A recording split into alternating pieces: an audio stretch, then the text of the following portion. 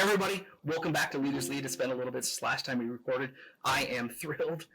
We have a amazing guest today. We have Brad Geary here today. He is a true American hero. Brad, thanks for joining us Thank you, today, Zach. man. Thank you, Zach. Um, Really honored to be here, and yeah, appreciate you. I appreciate you, brother.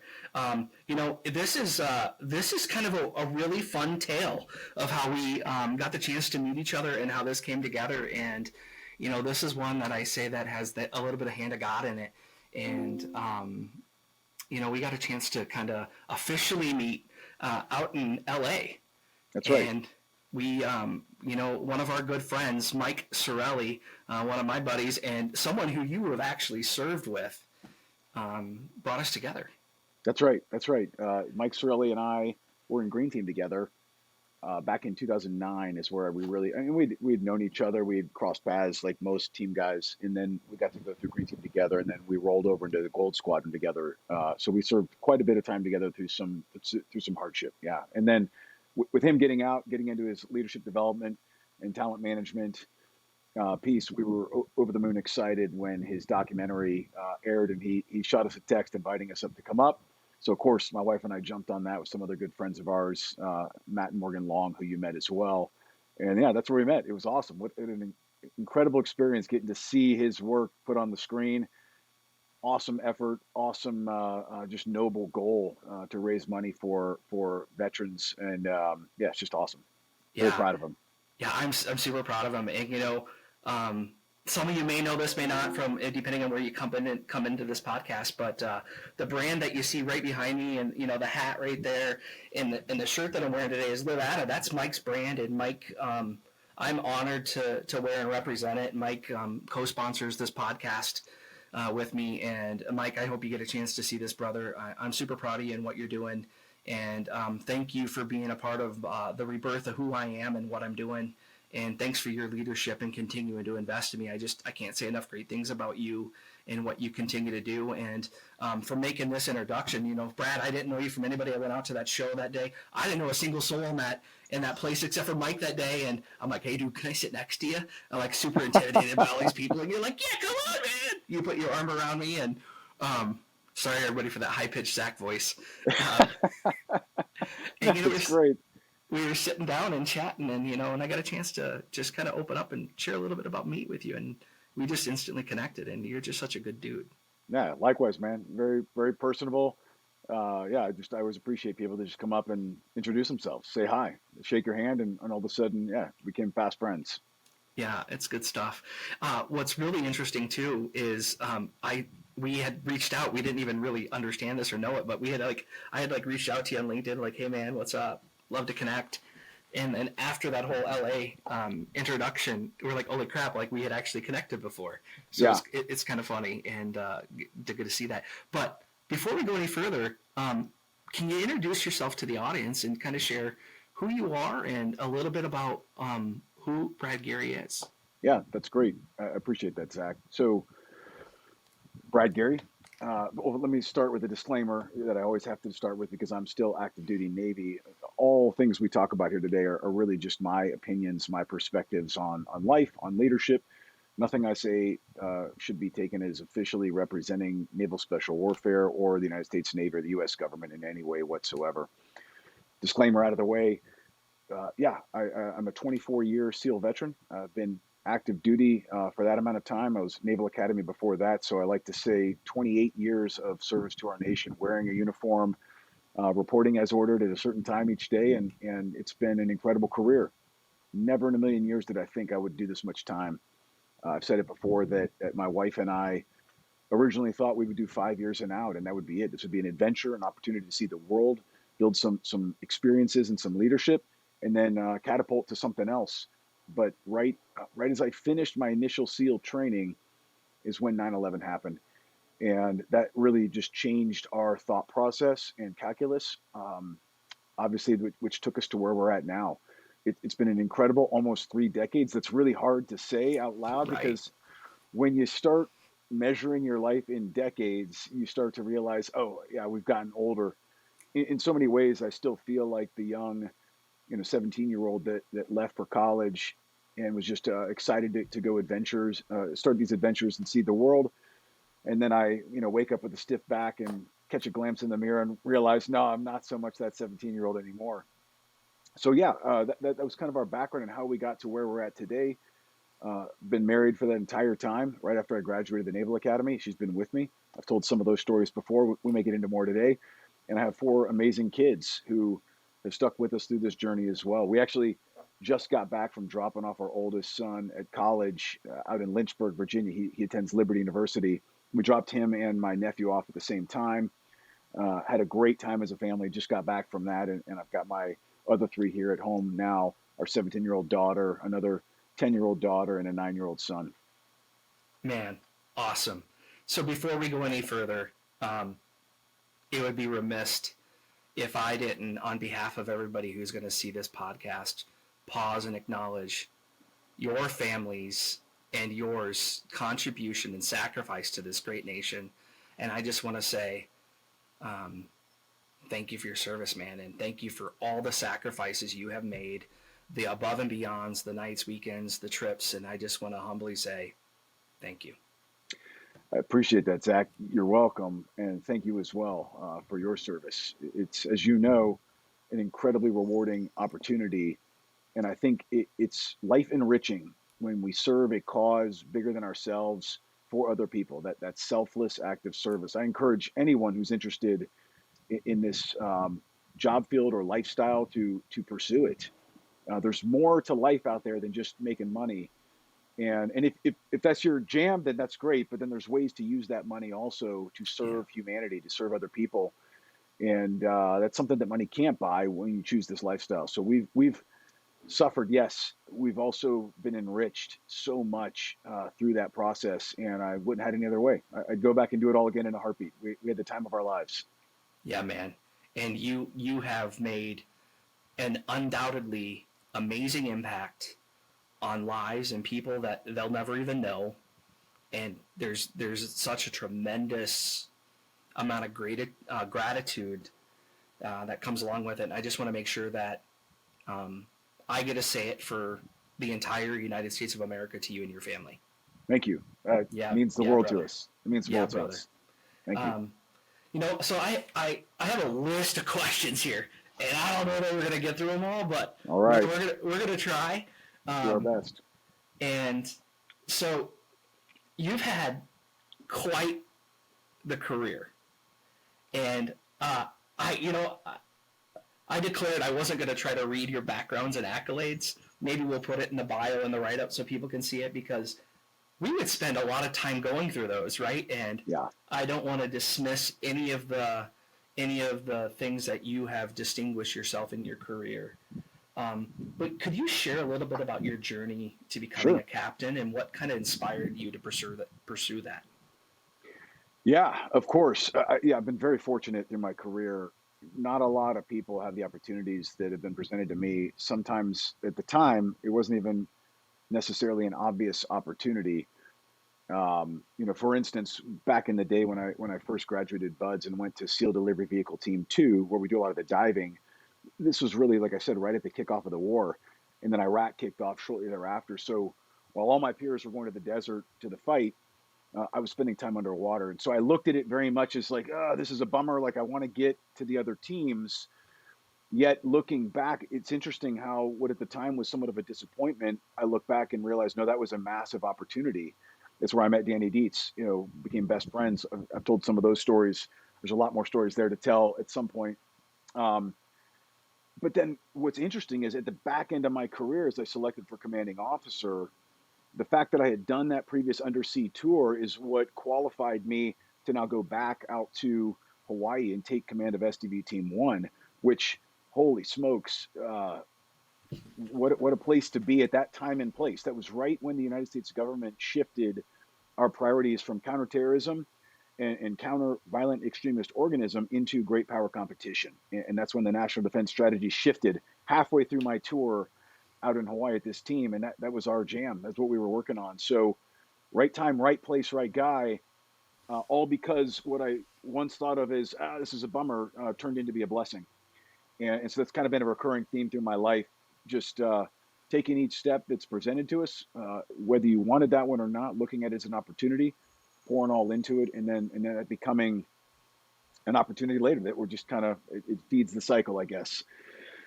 So, I mean, I kind of talked about how this was an accidental path for me. I never intended to be a 28-year active duty sailor, never intended to set out to be a captain in the United States Navy at all.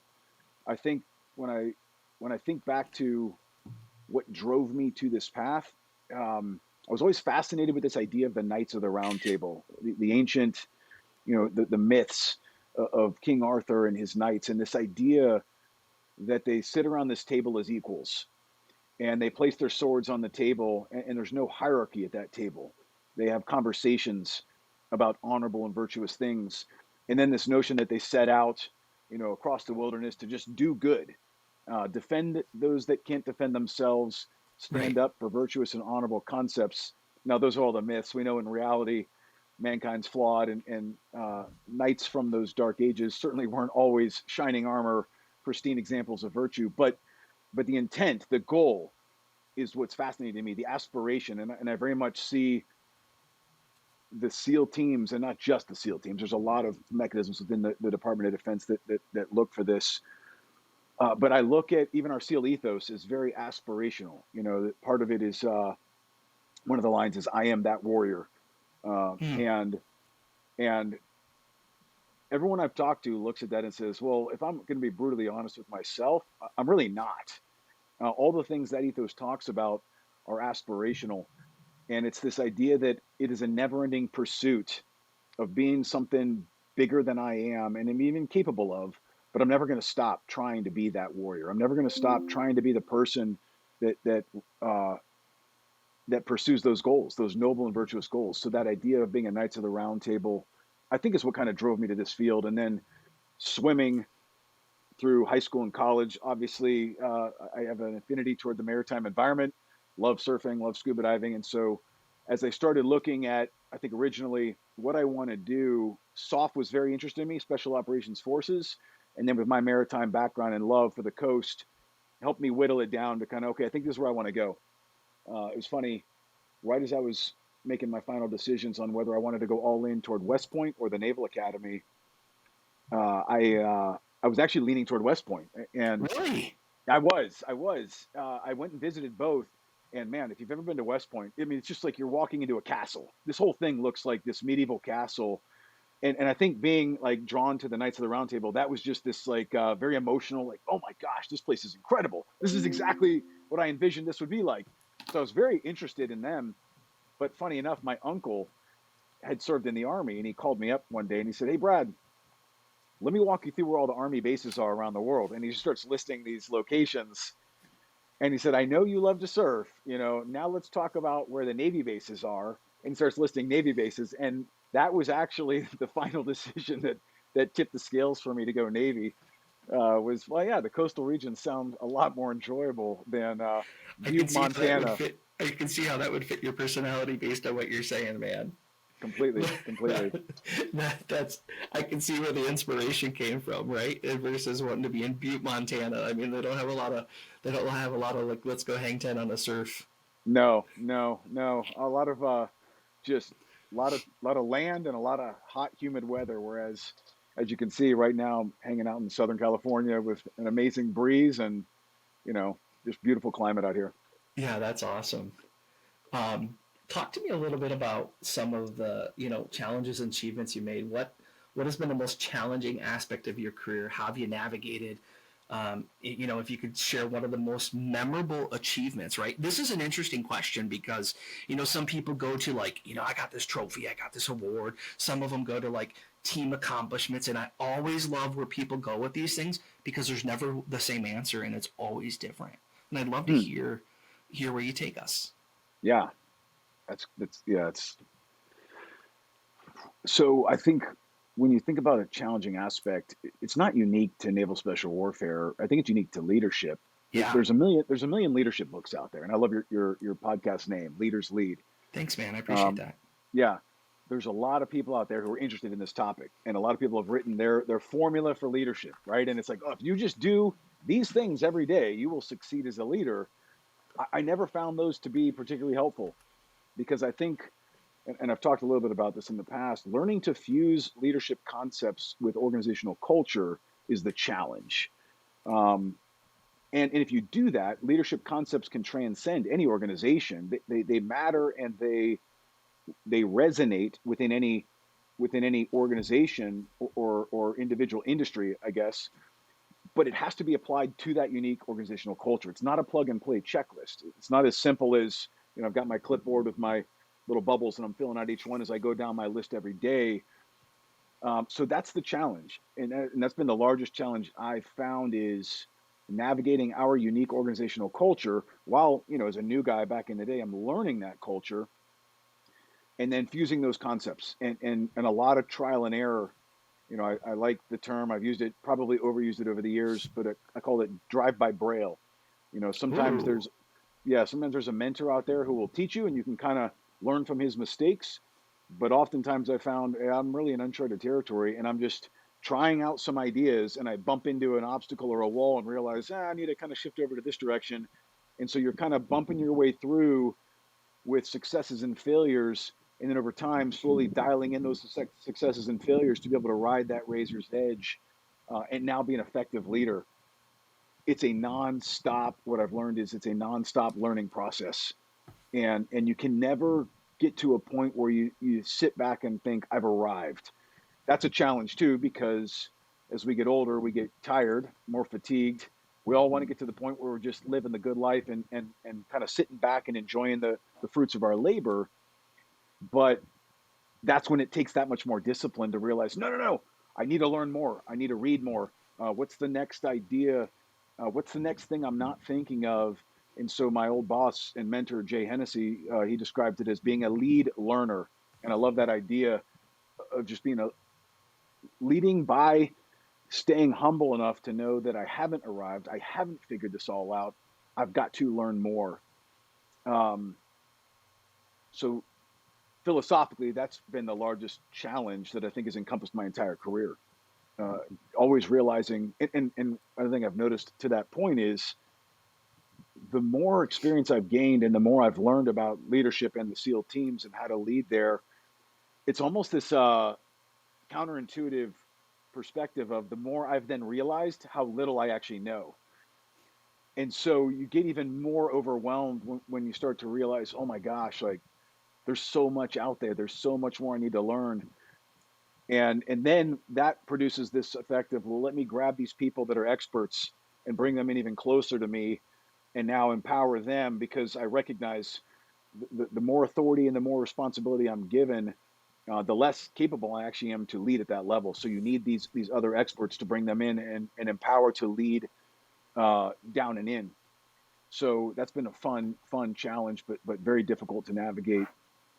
As far as Yeah. memorable achievements, like you said, there's so many I could go with, but I'll tell you the one that's meant the most to me is going through our current season of suffering. And I talked a lot about this in the Sean Ryan podcast, so I don't necessarily want to regurgitate the Okay. same Yeah. story. People can go listen to that separately, and that'll enhance, I think, this discussion. But one of the best things has been my entire leadership philosophy has been based on servant leadership. And Simon Sinek says it well. He says, leadership is not a position to be attained, it's a service to be given. I love Mm. that concept. I've taken that into my own kind of words and thought through it and said, yeah. So every time I accept a new leadership position, it is an active choice to carry more. You're carrying more for the people that are entrusted to your care, and that's a daily choice. So back to the question, memorable achievement, having gone through this season of suffering, having had to defend my leadership style and to people who were very, very skeptical and critical. Um, in order to do that, I had to ask a lot of the people that have served with me and for me to submit testimonies on my behalf. And that's a very scary thing to do because we want to be a certain type of leader. We have a self image of how we think we're doing.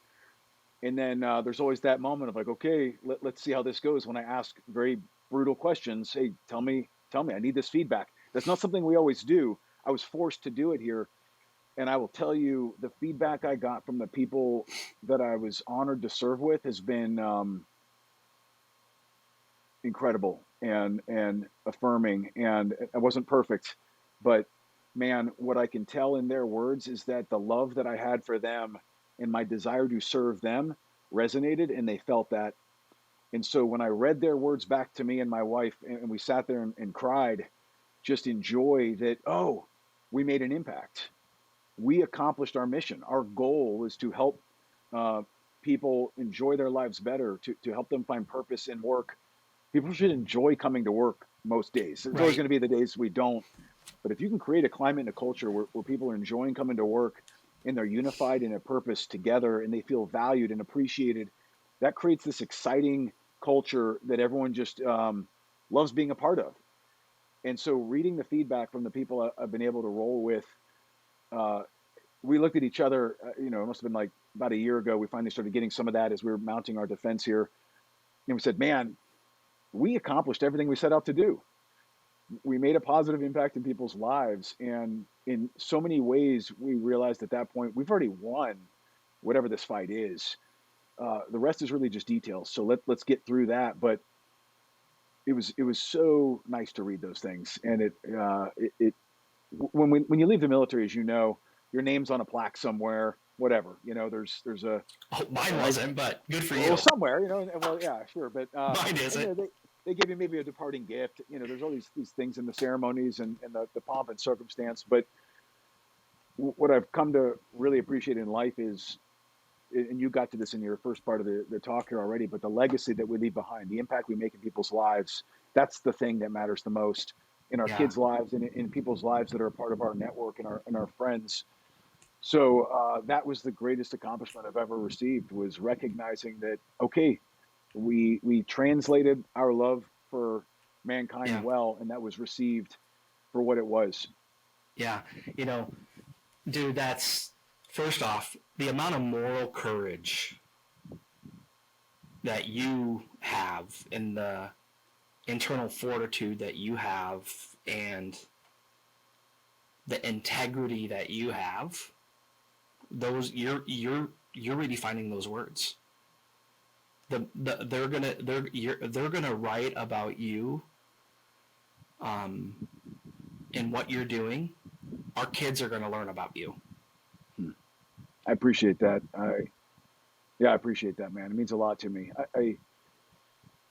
I got to give I got to give all that glory to God, because I've talked about this before. I am a man of faith, and there's been so many points of this. Someone told me the other day, "Oh my gosh, you're just so strong in how you're handling this." And I said, "Actually, it's these incredible moments of weakness, and we know from Scripture that when we are weak, God's strength is made evident. And I think that strength is found on my knees and in total submission to Him and His will. I believe He is sovereign, and I believe He's ordained this path for us and this suffering. And so every time we've made a decision related to this journey, we've sought His counsel in prayer. We've sought counsel from our closest friends and family that know us, and we've made those decisions based upon principles that we believe in. And then we said, well, if we really believe in it, what's the cost associated with the decision? Are we willing to pay that cost? And if not, why not? Is that cost too high? Well, if so, has that cost become an idol to us, right? Is that leverage that's preventing us from doing what we know is right in our souls? And if so, you got to deconstruct that and break it down. And then it's a hard place to get to. It was It a is, lot of and a lot of hand wringing, but we got there. it's not easy. And you and I both also have a common guy that we reach out to for those things. Um, Oh, are you referencing your faith too? Or well, or there's two of nice? them. There's two of them. What do you got? Matthew Lenning. Mm. Yep, Matthew was one of my SQT instructors from way back in the day. So he's responsible. Anything I've accomplished, that dude is directly responsible for. And then he also became a man of the faith. And then, crazy enough, when I was out in Hawaii for that commanding officer tour I mentioned, he was the training officer in charge that worked directly for my boss. And so Matt and I had to fuse, our goals on hey, where I want the team to go, and where he knew my boss wanted our training to go. And then we were constantly collaborating there as peers, which was super exciting for me, having been trained by him so many years before. Yeah, it's yeah, I reach out to him and we talk about some stuff, and I yeah, I think it's He's a kind of good rad. man. He's a It is great rad. man. Oh It's yeah. the world is small. I didn't have anything near the military career you did. I didn't serve in the illustrious way that the people view the Navy SEALs is the way you did, and I'm not diminishing what I've done in the military. I served for 12 years I started in the National Guard, and that's what I did, and I did 4 tours to the Middle East supporting the F-16 mission. Yeah. And some of the tours were short, some were longer, and I'm proud of what I did, but I didn't like do the full 20. I didn't get my name, like none of that. It doesn't matter to me, but I still did more than what did they call it, 98% of the nation and all of Sure. those things. And but that's why I laughed. I'm like, I don't have my name on a plaque. That's what that comment came from. But I hear you. I hear you. When you think about leadership style, Captain Brad Geary, right? That's your formal rank right now. You know that when you get to those ranks, leadership is absolutely paramount and crucial. How can you describe leadership style, and how does that impact, and how is that effective in different critical situations, right? Because titles don't necessarily matter. Right. Right. Yeah, people will follow rank and authority for a little bit of time, just because we're in the military and we agree to that contractually when we sign up, which is very interesting. The whole social contract that we agree to adhere to within the military, but they're only going to follow that for so long, and only with so much excitement and enthusiasm, versus being inspired to follow the person. And so I think there's this short period of time that leaders in the military have when they get into a new role where everyone's like, okay, I'm going to respect the boss because the boss is got this rank, but uh, they're not overwhelmed with that. They're not wowed by that.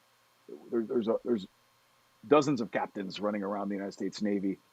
And so that only lasts for a short period of time. Mm-hmm. So the question then is, well, how do you earn their respect as a person? And are you inspiring them to even want to follow where you go? And that comes back to how I answered the other question on, I've tried to be a servant leader and make sure they know I am here for you in a lot of ways. I'm not going to use my authority to oppress or manipulate or mandate as much as I'm using my authority that I've been given to help you. I had this one boss out in Hawaii. I won't use his name because he's still active duty. He's an admiral now. He was fantastic. When he first got in the seat, he said, hey, think of me as your 06 action officer. And I worked directly under him. I was his 05. So he outranked me significantly. But he's like, no, I'm your 06 action officer. He's like, I have a lot more leverage and authority and weight with my rank. So use that. Ask me to do things for you, to grease the skids, to go talk to people that are going to respect my rank more and use me. And I was like, wow, that totally flipped the narrative on how so many other captains look at their rank. And I love that idea. So that's what I've tried to emulate as I climb those ranks as well, and got to captain. It's very weird, by the way. I don't feel like I'm back to the other comment. I don't feel like I'm as old as I thought captains looked when I was a young ensign too. So I'm going to keep going with that. But I know you don't look old, by the way. You look great. Thank you. Yeah. I guarantee you, though, those ensigns are probably looking at me like, yeah, that dude's old. Yeah. So for those of the people that are watching this who don't know what an ensign is, can you explain what an ensign is? Yeah, that's a great question. I tend to use a lot of acronyms, so definitely have me explain if I get lost in military jargon. But that's what happens after 3 decades, right? An ensign is a brand new officer in the United States Navy. The Army equivalent is a first lieutenant, I think. Is that right, or is it second lieutenant? I was Air Force. Oh shoot. Okay, I can't remember. It's one of the others. Either way, it's brand new. It's a brand new officer. That first rank is an officer, and then you progress over the years depending on your promotions.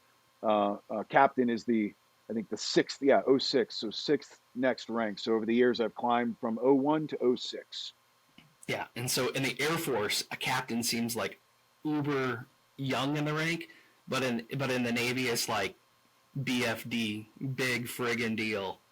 Yeah, in the Air Force and the Army, and I think the Marines too. A captain is an 03. That's a lieutenant for us. So, you know, God forbid that years ago we could have aligned all these ranks across the Department of Defense, and it made, you know, much more sense. But, you know, we all have to be different. Yeah, so when an Air Force guy that doesn't, or someone doesn't know, and they look at captain as a title, and they're like, oh, that's not a big deal. Like in the Navy, it's like a really big deal. Um, anyway, I digress. Hey, when you know, part of this whole thing of what we're doing today is capturing leadership advice and being able to transcend the conversations and hand it down to who's coming up next, right? Yeah. And like that's what I love about this. It's a place to curate voices like yours, and for you to be able to hand it down and create this ecosystem for people. So when we think about advice for aspiring professionals, what advice would you give to someone aspiring to be a captain, right? As we just talk about the rank of a captain or someone looking to enter your field, what skills and attributes do you think are most important, right? Because a captain in the Navy, as we just talked about, right, that leading in that we just did to this is like, that's career, right? Like that's somebody looking for a career, and that's what the military can offer somebody. Yeah, absolutely. It's such a good question. It's a question that I actually address quite a bit these days, as I'm seeing some pivots, and I'll get there. So bear with me. No, go for it.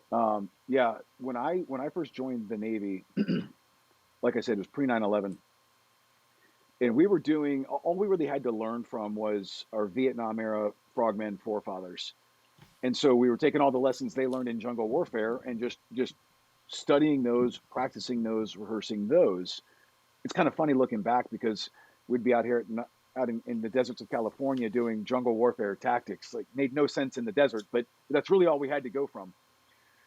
When 9/11 happened, all of a sudden we found ourselves in the mountains and deserts of Afghanistan and Iraq, and then the urban environments there, we had to evolve very, very quickly. So my generation of SOF, of SEALs specifically, really had to just learn fast.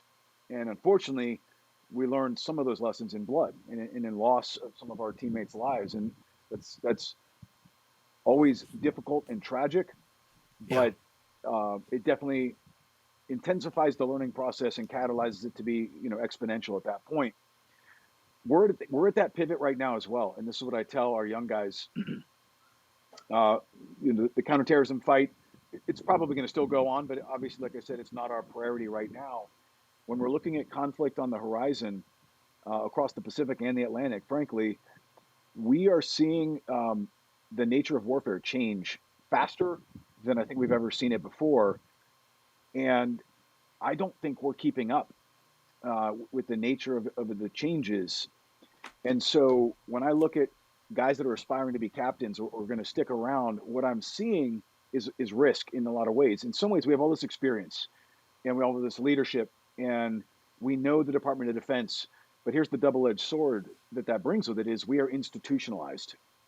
So we have a way of thinking about things that happens, and it inevitably happens to us all, no matter how creative I think I might be or how much of a free thinker I think I might be. No, man, I've done 30 years in an industry. I'm institutionalized. I am not the free thinker. I like Right. to try to pretend I am, but I'm not.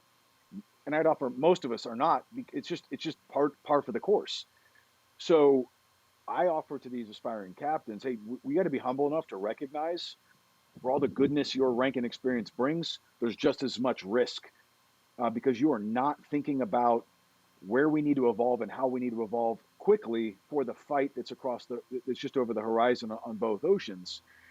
So have that humility, recognize the goodness and the risk that comes with your rank, and then we've got to figure out a way to shift the paradigm and capitalize on this next generation that's coming in the ranks behind us because they are the creative free thinkers. They are the ones who are going to stand up and say, hey, I've got an idea that no one in this room may have thought of. And in the military, we have a way of authority has a way of squashing good ideas, right? You're smiling because we've all been in those Well, situations where, I'm smiling because that's not exclusive to the military, man. of course, That's like human nature. totally, we squash good ideas, and that's all it takes to squash initiative, right? In one meeting, that one guy takes that risk, raises his hand, and says something that's like, you're a little bit out there. And if someone humiliates him or just shames him in front of other people or her, then you just shut that person down. And they may have been the great idea that you were just waiting to hear, but you've just shut down any initiative or any incentive they might have. And so you're right. It's in any industry. I think it's hyper uh, not catalyzed is the wrong word, but hyper aware. We're hyper aware that in DoD, where there is absolutely this hierarchical structure, and we very much defer to authority in the military. Oh yes, sir. You're right, sir. Of course, sir. And that can become somewhat oppressive to innovation and good ideas because we just want to defer to what the boss wants to see or hear, in what direction they want us to go. And if we feel like we're not going in that direction, there's repercussions there. And so that's what I tell first off, I tell my peers or the guys right coming up into the ranks of '06 is, hey, have the humility to recognize there's risk in your institutionalization, and then there's a need for you to seek out the ideas from this next generation who are coming to us across the workforce. And frankly, they understand concepts and things that I still can't wrap my head around. Social media is one. How to utilize this connected generation. Right. I didn't get my first cell phone until after 9/11, and then my wife and I bought one to share. Versus this generation who's grown up and can navigate that world like blindfolded. I struggle to keep up with my dang Instagram messages. Like, oh my gosh, there's 20 messages. I didn't even know where to find them. And like 3 clicks later, there they It's are. hard. Oh, it's real. It's real. It's real. It's real So hard. This generation grew up coding. I mean, they did it in Minecraft for fun. They turned these things into games, and these young patriots just want to do that for us. And when I talk to them, I hear frustration because they're being just shut down by the system, by leaders who don't want to hear it. Hey, get in line, do it the way we say to do it. And man, I'll tell you, I keep telling the young generation, if you're waiting for us to come up with the ideas how to solve the problems across our horizon, we're going to fail. We're going to fail. Because we're going to fail. Because my ideas are going to be built upon all of the things I learned in Iraq and Afghanistan and these other deserts and mountains, which are not going to be as applicable to the next fight. So we need you. We need your ideas, and we need people to empower you. So stick with it. Keep trying. Don't stop sending up those crazy ideas. Eventually, you're going to get senior leaders that are going to listen. They're going to be humble enough to recognize if we don't change the way we do business, maybe flatten that hierarchy a little bit. Yeah. To where we're giving them more of a voice and buy-in. We're really going to become irrelevant very, very, very quickly, and there will be more loss of life when we actually start shooting rounds downrange in those conflicts. Yeah, I completely agree with you. Man, there's so many great. I could talk to you all day, dude. I love this stuff. I think about it all the time, and it's important. It's important. It really is. I think of like where could we talk about next? Let's talk about. You've been in a lot of situations where, everyone's like, oh, I've been in pressure cookers, right? Like I've been in things where like, man, we've had to make decisions under pressure, and I can probably tell you that, coming from being in like the enlisted side of the things and doing things at a high tempo and like it's high intense right now. Nothing has been as pressure tested as probably what you've been through. Just I can't say it. I haven't lived it. I don't know it, but I have an assumption of it. Yeah. In your career, you've maintained some really high stakes, literally high stakes life or death situations. Yeah. How have you like those are high pressure, right? Yeah. How have you maintained effective leadership in that? Because I can tell you just as an example, right? Like sitting in like a safe corporate office and going through meetings throughout the day, like stakes get high because it's time, pressure, budget, money, right? Emotions, egos, personalities, all those things happen in every business across America. Yeah. Right? And so how do you give guidance on people when things really matter, when you got a team that you have to stay calm and collected? Because I've been in positions where I haven't. And as aspiring leader, you need to go back to the things that, drive by Braille. That's something that I'm going to take from this meeting today. And that's a nugget that will stick with me, right? Yeah. And be a lead learner and stay humble and stay hungry, the things that we've talked about. I'm taking notes as you see me look down as we go through this, because I get a front row to a master's class in this selfishly. Well, part of why I love doing this, but I appreciate that. Yeah. I really do. And thank you.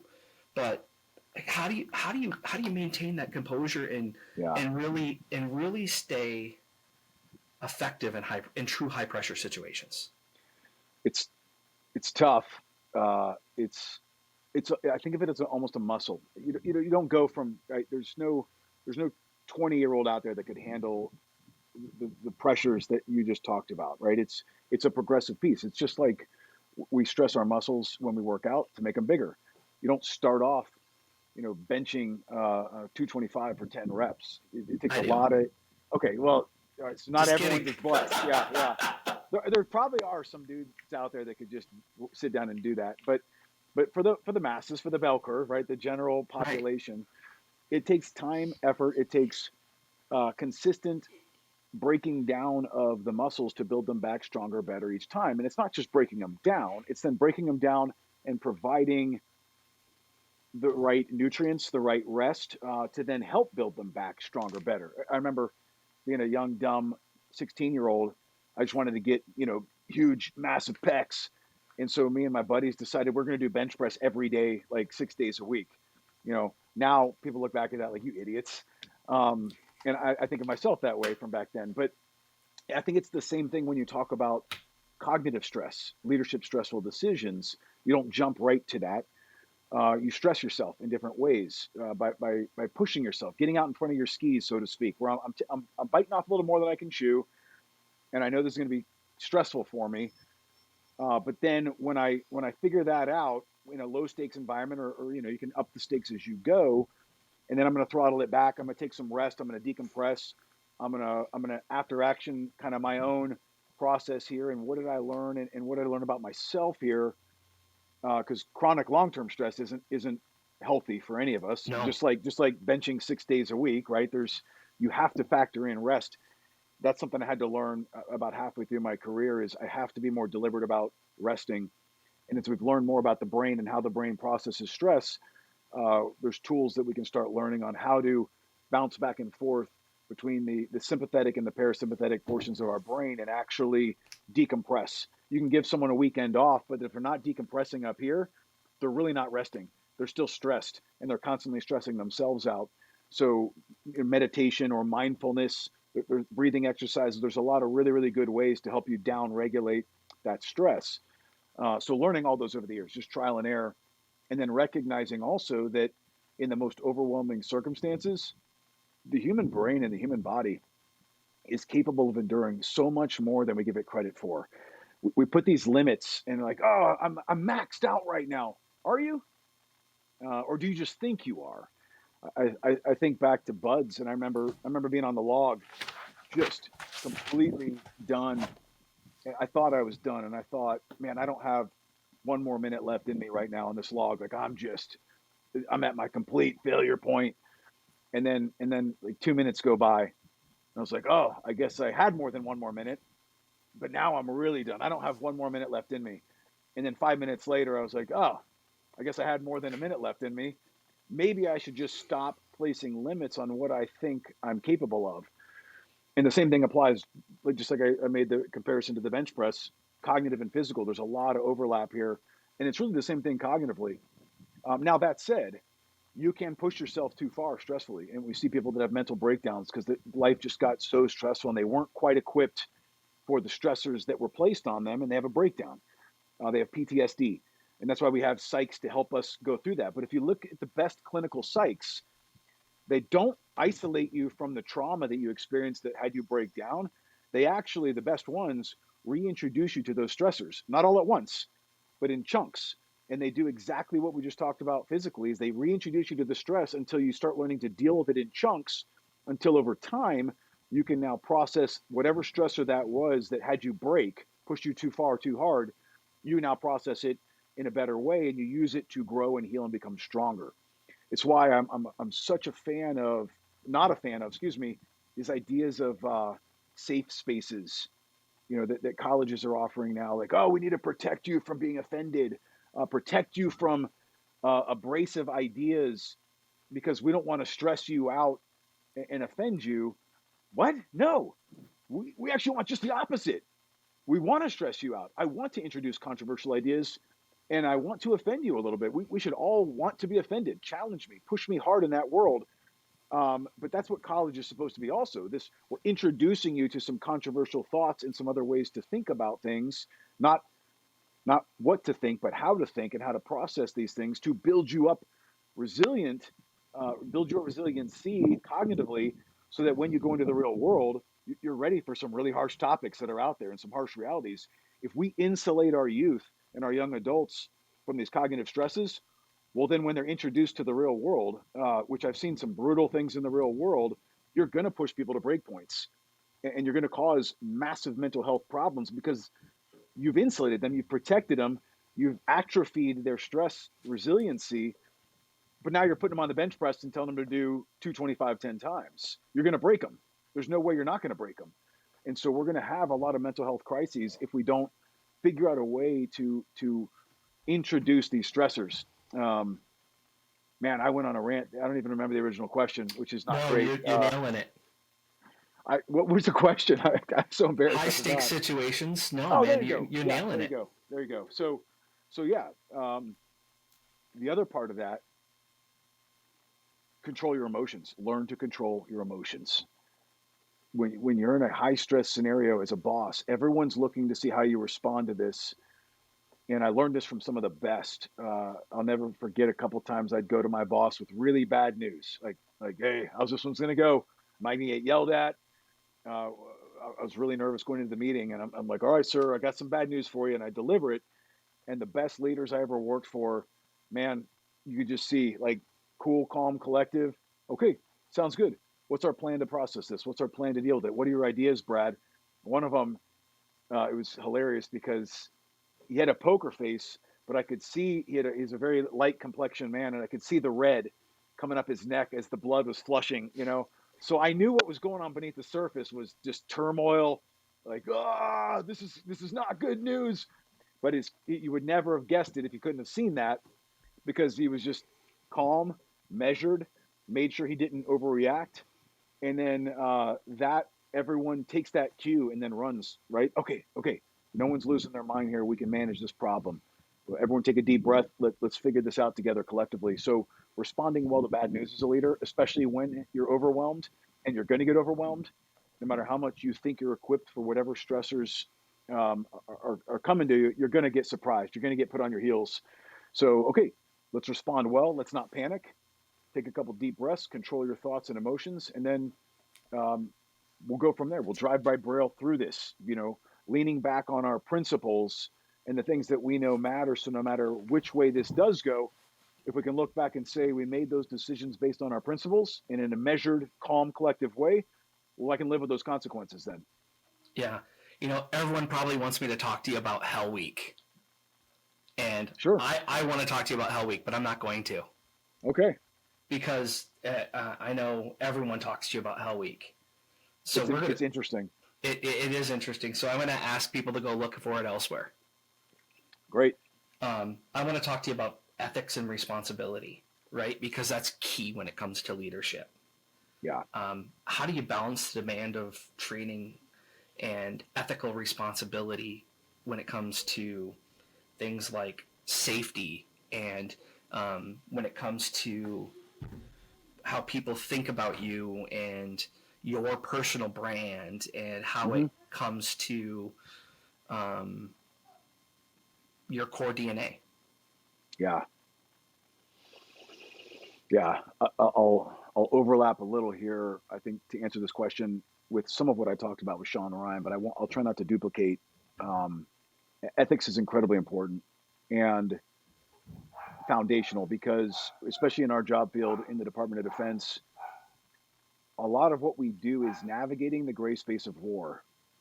And war is messy and complicated. And while there are obvious lane ropes on the rules of war, there's certainly black and white in a lot of areas on what you should and should not do there.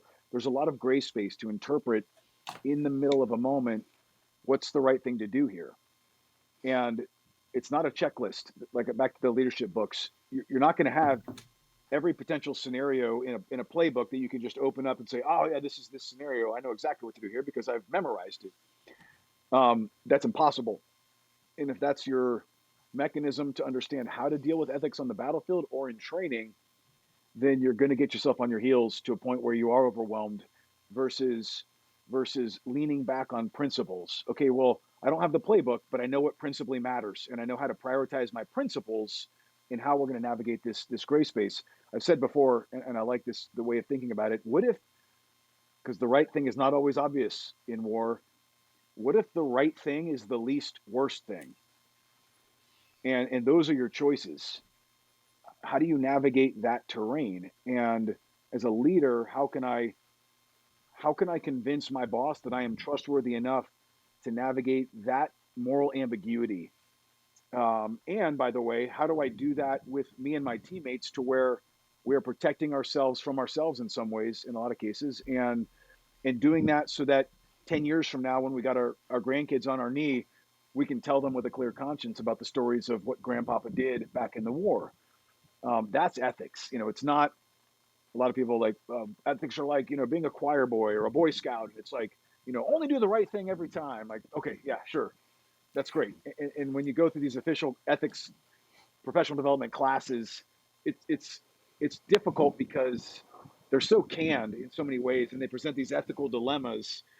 And you've been through them where it's like, then they ask you like, Zach, what would you do in this scenario? And it's like, okay, dude, you've made this so obvious to me, and I know exactly what you want me to say here, and I'm going to say it because I want to get through this class and go back to my job. But when we do that, we're selling ourselves short because we're not having the hard conversations with our teammates to really understand that really wasn't an ethical dilemma. Let's talk about a real ethical dilemma. But to do that, we got to close the doors. We got to be brutally honest. And I got to walk you through some of my personal failures where I maybe didn't do the right thing. Or maybe I, in hindsight, have some regret about my decision making and what principle I might have over prioritized inappropriately. Your question was really more geared on training. I kind of went over to war to bring it back to training. To go to war, you got to train. That's exactly right. And so it's no different than different than going to play a game, right? You got to train right, to go to right. the game.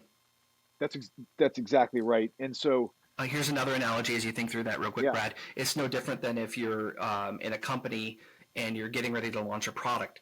You got to train and have the muscle memory to do all the things to lead to go launch the product. It's the same analogy, and your analogy here is going to war. So that's it. That's right. And then it is, and I think the crux of the problem. This is like an age-old problem. This isn't anything new, but how do you make training simulate war as much as possible? Yet, back to use your word, keep it safe. And if you listen to my interview on Sean Ryan, I don't like the word safe. I think it's abused by our current culture too much. I'm not a fan of being reckless, but I like to say we manage risk. So that's really the question. How do you create training that is intense and mimics the chaos of war, but do it in a way that is ethically responsible? Also, we should not be reckless, and we should not be flippant in how we manage risk for our candidates as we're training them for war. But if we don't mimic war to the maximum amount we can get, to the closest to that edge we can get, then we're setting them up for failure in war. And they're not going to be ready and equipped to deal with that risk and those high stakes environment of life and death decisions. You also maybe another way to consider something like this. I completely agree with you. You have to simulate market conditions. Yeah, that's great. That's a great way of saying it. You have to simulate market conditions to understand how the product is going to perform. That's right. And in this analogous situation, the product, unfortunately or fortunately, is a U.S. Navy SEAL. That's right. That's right. And your production in your facility that you commanded was a Navy SEAL. That's right. And it's how I thought of it. Your quality control, you were part of quality control of and the standards of performing and producing and outputting a high quality product, which was a Navy SEAL. That's right. I love the way you describe that. I'll go back and rewatch this and I'll take notes on that one because I'm gonna steal your phrasing there. That's exactly how we started looking at it. And one of the problems I encountered over the years, I've seen because I did 2 tours over the years in this production capability, and one of the problems I've seen is there's a temptation to look at when you're doing selection and training like we do. There's a temptation to look at the candidates as the customer, and I've seen that happen, and I've talked to some PhDs, college professors, who've said the same thing has happened to some of their institutions. Is they've started looking at their students as the customer. That's a problem because when you start looking at that, well, you're going to change the curriculum to meet the customer's desires or opinions.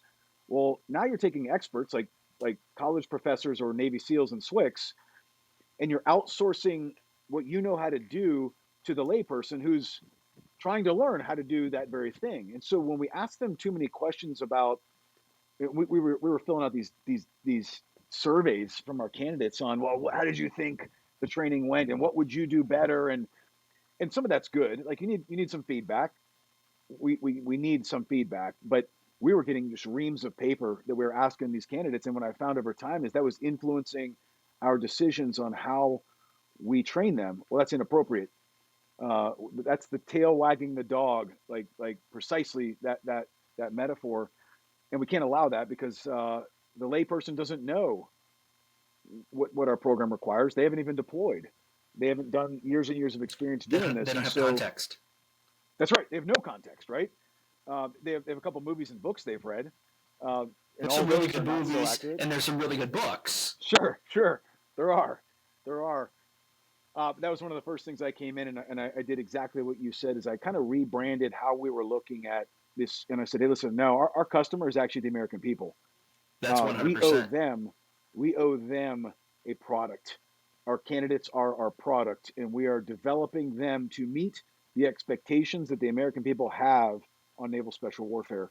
And there were some people that disagreed with me. They didn't like the way they were like, "Oh, that's dehumanizing our candidates." No, it's really not. If you zoom out and you look at it from an economical standpoint of what it is and how it's funded and how it's paid for and what it's protecting, their job is to protect America and its interests, 100%. right? And it's taxpayer dollars that fund us. And it's not the candidates who are funding it. That's right. It's not a private group that is signing up to pay for it and their group that is building the curriculum. No, it is a military funded by the United States government. And that government is by the people. For the people. That's right. Right? Like that criteria has a set of standards. And those standards are deemed to go through some of the harshest, toughest conditions to weed out the people that and through a criteria. I never went through the Navy SEALs, so I'll probably get a lot of ridicule for this, and I fine. I look at it as a product development cycle from being in product, and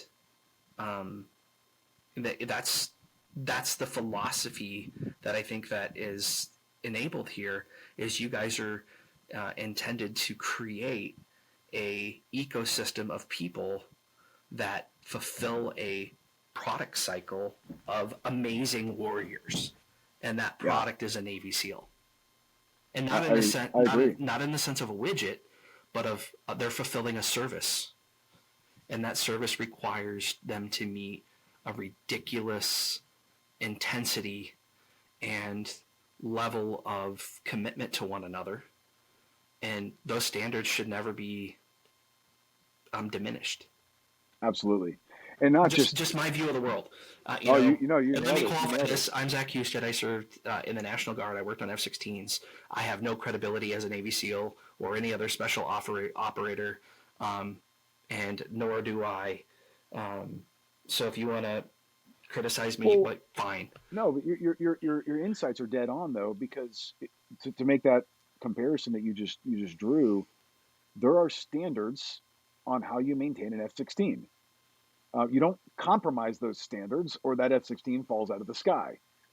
There's a reason for that. It's all vetted and validated by what you expect that machine to perform like. It's the same thing. Our curriculum standards years ago, people way smarter than me decided, hey, we got to make sure we validate our standards. Like God, if they conceived of these back in the 1940s with World War II, are our standards still valid today based off of what the nation's asking us to do in Iraq and Afghanistan and other parts of the world? And so they brought in these experts to do that.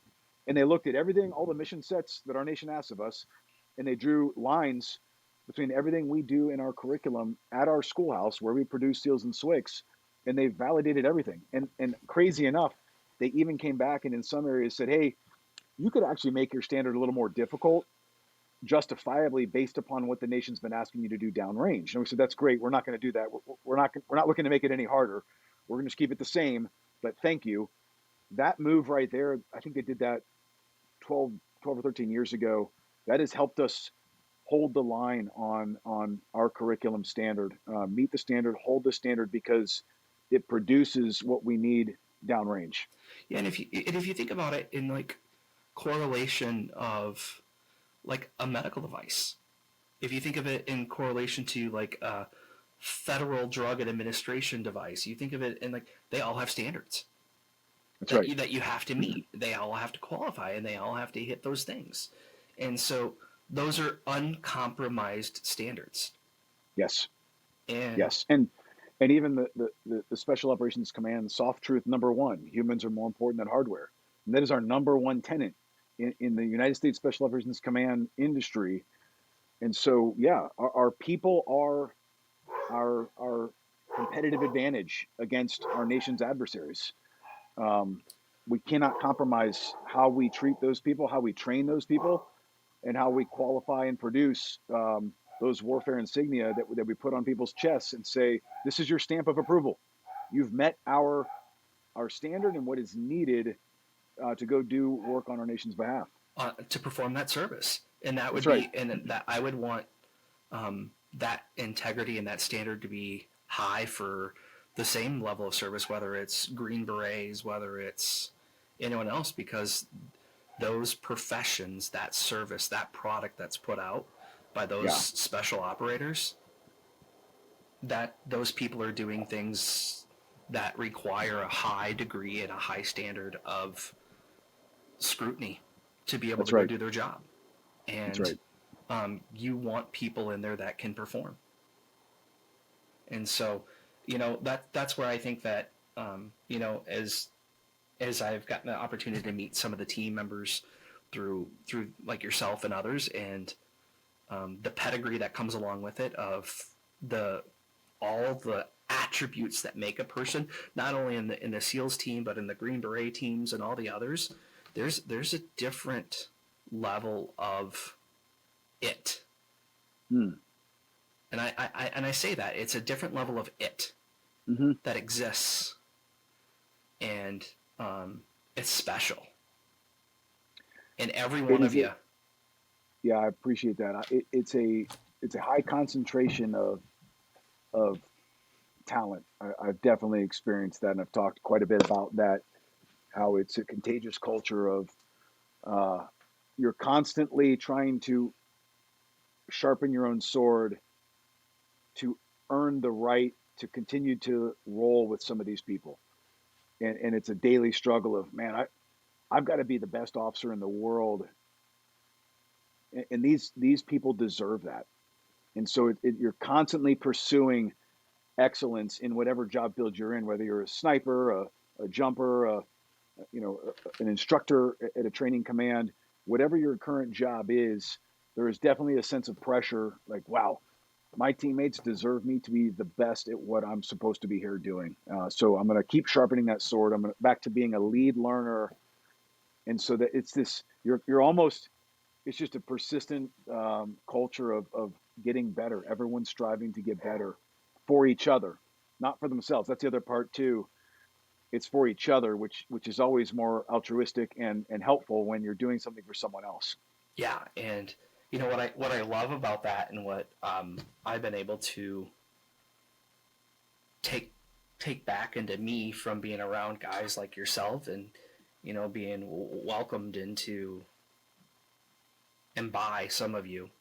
It's super humbling. Is like I share that with some of the people I work with. Like, it's not about me, it's about all of us, it's about the team. Like, Yeah. I don't give a excuse my language, I don't give a shit about it. For me, it's like, how do we all go in? Right. And when you truly can get to that spot, it's fucking beautiful. It is. It is. But not It everyone is believes. my But the thing is that not yeah. everyone believes that you're doing it that way. Right. You're always going to have naysayers, and they're going to be like, oh, they're going to criticize. This guy's in it for himself, for number one. Uh, but I mentioned it before. Jay Hennessy, one of my mentors, he used to say the secret to buds is to care more about your boat crew than yourself. And the minute you I get to like that that. point, it's brilliant, because he's right. It's exactly what you just articulated. The minute you're caring more about them than you, is you're no longer thinking about your pain quite as much. You're no longer worried about that. You're worried about everyone else's pain, which makes your pain easier to endure. So it's this counterintuitive thing of, I know you're worried about yourself and getting through this program, but you should worry about everyone else. And that's the secret to getting through this program. But it's kind of like when you ask someone, what's your greatest strength? And they say, oh, I'm very humble. No, you're not, because you just said that, right? So it's a really hard thing to chase after. Having a truly selfless mentality, a selfless heart, a servant heart. That's a really difficult thing to pursue, because I think by our human nature, we're all very selfish naturally. Having 4 kids, you watch your kids grow up. I don't need to teach them to be selfish. That's natural for them. It just No, this is my exists. toy. It exists. This is my toy. This is not yours. And if you try to take it, I'm going to bash you on the face, which is super interesting. You learn a lot being a dad into human nature. Like, wow, I don't have to teach my kids how to be selfish or be violent. They just do it on their own.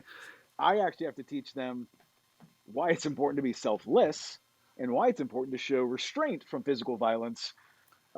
There's some insights there, right? Like, as we grow older, we get better at those things, but you got to be remembering this is the nature of humans. So how do we get there now? Yeah, I completely agree with you. And that is some caveman instinct stuff right there, isn't it? Oh yeah, absolutely. When you Absolutely. And you see it in society, even with adults, right? When law and order break down, when there's chaos, the very strong temptation from a survival mechanism alone is to become selfish again. I mean, look at what Hurricane Katrina did. I mean, was that like 10, 15 years ago now?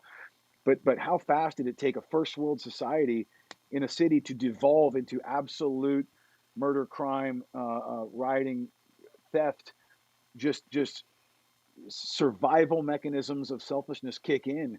It takes an incredible amount of discipline to resist that when you're in those environments. it just was instantaneous. It was disgusting. It was. Yeah. And when you think about all that, and you think about the career that you've gone through, how is your leadership philosophy adapted, right? So from when you Mm, started and to where you're at today, like, have yeah. you noticed a shift, a change? Has anything evolved over that time? We talked about, the demand conditions have changed over time. Can you share any insights to how that maybe shaped your approach over time? Yeah, I don't know if it's changed much, but it's definitely, I should say, I had some concepts of my leadership philosophy when I was a brand new officer. I had my faith as a foundation. I knew kind of who I wanted to be. So while I never drastically changed the perspective, I was able to dial in and articulate it better, and not just articulate it better, but in practice execute it better after the years and years of experience and refining it and articulating it. It was great. I was in my second commanding officer tour at our training command, and my executive officer said, "Hey, you got to go to this class by Rod Olson. He's an executive coach, a coach of coaches, and he would come in into this 4-day class." And I'm thinking like, okay, back to our first comment, being a lead learner. My instinct, my intuition was to be like, I kind of know what I'm doing. I'm okay. Like, I don't have Right. 4 days to give to this. Yeah. And then the minute I thought it, I realized, that probably means I should do this class. So my XO talked me into it. I did the class, and it was incredible because here I was, near the end of my career, and Rod really had this incredible process to help me deconstruct my entire leadership philosophy, break it down into my why, and then build it back and articulate it better. And I was sitting right inside this door here with my wife, 10 o'clock at night one night, just pen and paper, like drawing circles and lines and like, what are our values? And it was so much fun. So, and then I was able to take that and apply it now into my job. So here I was still learning, still sharpening my sword, still figuring out who I am, right? Sun Tzu says, know thyself. I think it was Sun Tzu, know thyself. And so still pursuing that knowledge of self and then being able to take that, put it into action and words that resonate and make sense. So I guess that's the best way to answer your question and I'm still pursuing that.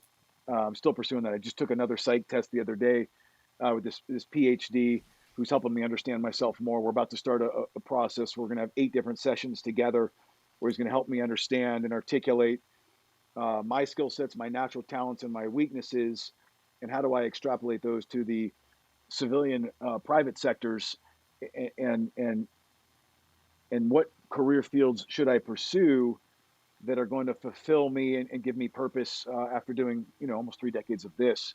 So like I said, it's just a constant process. We're always looking to learn.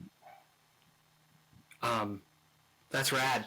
I kind of give you the look like you're doing it again, but yeah, that makes Yeah. sense because I kind of want to know what those answers are, but I don't need to know. I'm just curious. Yeah. What, like, I'm curious, like, what, as you sit in the seat today, what do you think you want to do next? Because there's going to be some people that I know that you don't know. Right. Because we have Right. completely different networks, and Right. if they see this, like, what are some things that maybe that would interest you? Yeah. It's a great question. I think I've thought a lot about this. I've learned enough to know right now not to have a 5-year plan. A lot of people say, like, what's your 5-year plan? Okay, great. I don't have one either, so. Yeah, at this stage of my life, I feel like I need to have a 1-month plan, and then we'll go from there. So I don't fully know yet, but I know I want to do something on my own. I think I've had the Navy tell me for almost 3 decades how to look, how to cut my hair, how to dress, someone said it really well to me. They said, you've spent your entire adult life defending the freedoms you have yet to taste. And that really resonated with me. I thought, wow, that's incredible. She's right. And the more I thought about that, the more excited I got about enjoying those freedoms. So I want to have those freedoms. I want to really explore those and enjoy the citizenship and the freedoms that come with being a citizen of the United States of America. And while you still have rights as an active duty service member, you certainly give up quite a bit of your freedoms in exercising those rights. So I'm looking forward to that, whatever that looks like. I do believe in the things I'm talking about. I've lived them, I've experienced them, and I think there's a need to transcend some of these concepts from active duty that I've learned into the private sector. I don't think I have it all figured out. And in fact, I went and talked to a couple of businesses recently, some of their C-suite personnel. I was so blown away with some of the leadership I've seen in the private sector. It really fires me up because I'm like, oh, there's some people that have this figured out that I can learn from out there. So I'm very excited about the opportunity, whatever it looks like, of partnering with some of these organizations, ones out there that might want to sit and talk with me about my experiences and figure out how to translate leadership concepts from my experiences to their needs. And frankly, to sit with some of these organizations that have figured it out themselves and provide me an opportunity to learn from how they did this and how they got to be where they are. What books did they read? What were their experiences? Because I'm excited about, I love the ideas of leadership. So it's something in the leadership realm, whether it's consulting, contracting, keynote speaking. I don't know yet. I'm open to a lot of different ideas. We'll see. And if there's no market for it, well, then I'll figure something else out.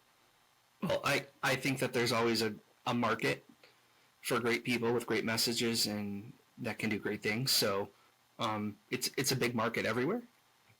Yeah. So don't ever tell yourself there's not a market. There's always someone willing to spend money. I think that you've fully deserved, a chance to enjoy some of the freedoms that you fought for, Thank you. aka some retirement, some downtime with your family as you figure out the next journey. There's always something that I wish I could do with you in person, but I kind of staged it a little bit. I cheated. Okay. I wanted to buy you a cup of coffee. Yeah. So I sent you some coffee. Oh yeah. And so for those of you who don't know, I have a coffee company. And one of the things I hope you get to do in your retirement is, take a moment and relax and enjoy your family and, really get a chance to metaphorically let your hair down and physically. Yeah. Right. But I'd like for you to maybe have a cup of coffee. Heck yeah, dude. And so I cheated a little bit and I sent you some coffee and. Oh yeah. I got it right here. Check that out. Bam! Pillars of Valor, baby. So tenacity. I love the different names. You sent me a bunch, but I'm super excited to try this. Yeah. Thanks for doing that.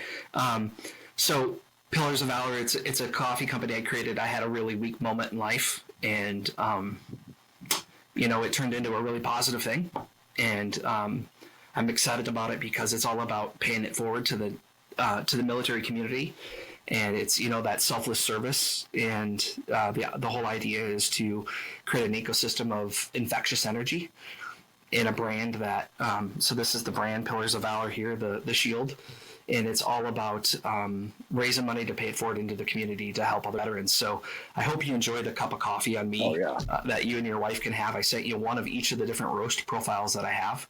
Yeah. And it's freshly roasted.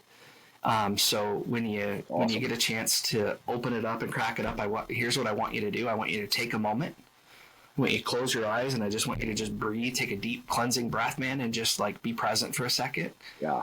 And just take a second for you, and then grind it up, and just have a cup of coffee and just relax with your wife on me. I appreciate that, Zach. Yeah, I'm a big coffee fan, so when you sent that, I was very excited. Support the brand, obviously, and your mission there. It's incredible, but even more so, coffee is such a. I like to say, God gave us beer because He wants us to be happy. He gave us coffee because He wants us to be productive, and I love them both. So there's nothing better for me than in the mornings, just having that fresh brewed coffee smell as I start my day. Come out to the back porch and start reading. Do some breathing and just get ready for what the day is going to bring. So tomorrow's going to be the morning we start with your tenacity, and I appreciate it. We're looking forward to it. Yeah, man, I appreciate it. And I just want to say thank you to your wife too for her years of service, because, often the wives don't get recognized for the commitment that they make, because it takes a toll on them, and they may necessarily not be doing the physical service, but they're doing the moral service. My wife, her and I were married. We had our first kid, and I was deployed in Iraq, and she was a single mom while I was in Iraq. And I make it a purpose to thank people and make sure that we recognize the spouses in this, because that's really important. Yeah. Because it's often missed that the spouse is not specifically recognized. And so when you're having that cup of coffee, just let your wife know I say thanks. And Amy, right? Amy, yeah, good. Yeah, I met her. She's a nice lady, and beautiful wife, dude. You totally outpunted the coverage. Oh yeah. Oh, dude. I know how lucky I am. I'm really glad you brought. What's your wife's name again, by the way? Lindsay. Lindsay. That's right. Okay. Yeah, it's my sister's name too, so that'll be easy to remember. I'm glad you brought that up. I want to focus on that for a quick second, because you're right, and I hate how the United States government calls our spouses military dependents.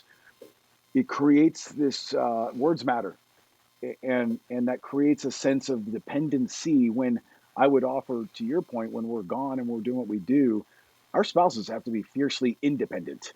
The things they deal with while their military spouse are gone are astronomically difficult. They're single parent, raising kids. They're dealing with crises around the house, and it always seems like the minute we leave is when the hot water heater overflows, breaks. That is exactly what I was going to say. The water heater goes out. Something. It's always something. It's always something that's like, oh my gosh, are you kidding me? This is going to be a nightmare for the next few days. and they just deal with it. They roll their sleeves up, they get it done, all on top of the fact that they're worried about you downrange and what risks you're accepting downrange, all while dealing with the struggles of raising kids and going through some really difficult emotions there and grappling with them struggling with what you're going through as an active duty service member. They are fiercely independent. They are not this, and I know we have male and female service members and spouses, but they, to borrow a phrase, they're not the damsel in distress that need to be rescued. They are absolute warfighters who draw the sword in so many ways. While we're forward, they are no quit people, and they do not get the recognition they deserve. Crazy enough, Coronado recently just commissioned a statue here, and it's Sybil Stockdale and the League of Wives. Sybil Stockdale was James Stockdale's wife, who spearheaded an effort to get into the mainstream media the idea that the Viet Cong were abusing our prisoners of war in Vietnam back in the day.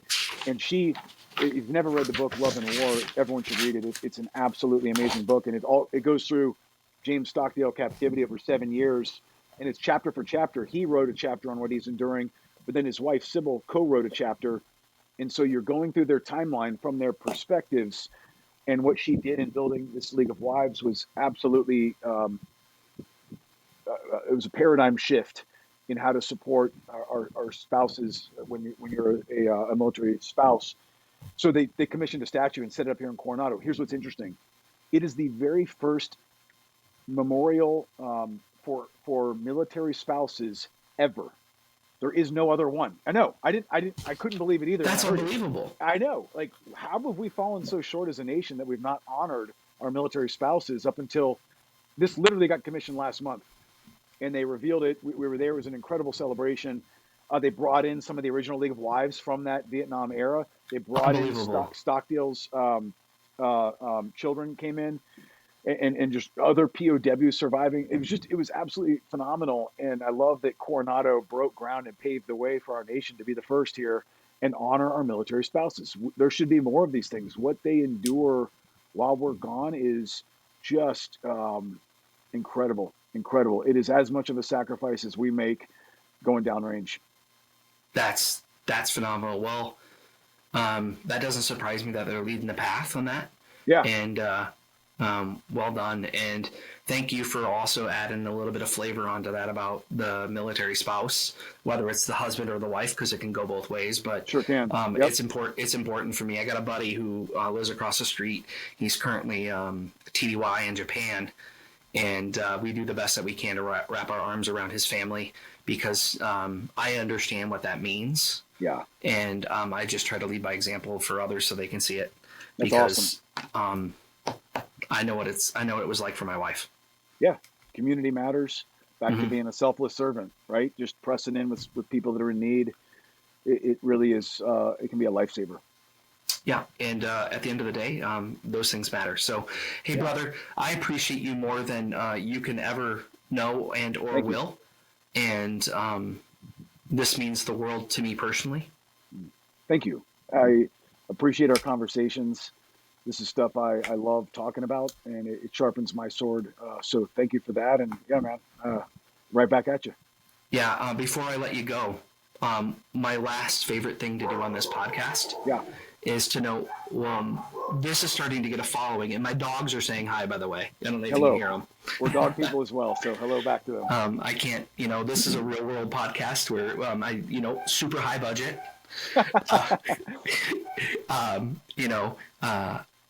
I like to ask people, what can I do for you? I'm starting to get a following. It's going to see a different algorithm. It's going to see different people. I don't know how many people are going to see it, but let's say that one person needs to see it. That makes an impact. What can we do for you? How can I help you? I appreciate that ask. I think we're doing it right now in a lot of ways. Having these discussions, these are important talks, and so. Hey, if we get one person that watches this and they're impacted by it and it helps them, then that's a win. It's worth the time we just spent having these conversations. And if it blows up beyond that, great. I don't necessarily look for clicks, but it's always nice to know that the messages in our conversations are resonating with people in a positive way. So yeah, like, comment, and share. And I said I would offer link this podcast to the other ones that we've done on the same kind of topics. I just did one with Henry Cheatham, Elite Team Talks, and then the previous one we've already referenced with the Sean Ryan Show. If these are conversations that people want to hear more of, let us know that. Give us the feedback. Let's keep the conversations going. And if not, we'll be able to tell that too. Right. So Yeah. people aren't shy about their comments. I'm learning that quickly. That there's a lot of critics that are not in the arena with us, and you can tell, which makes it easier to disregard some of them. So for whatever it's worth here, Zach, I appreciate you being in the arena with us. I appreciate these conversations, and I think there's a lot of others that are in the arena that want to keep sharpening their sword as well. So let's keep doing it. All right, brother, I appreciate you. And hey, everybody, this is Zach Husted with Brad Geary on Leaders Lead. And thanks for tuning in, and have a wonderful rest of your day.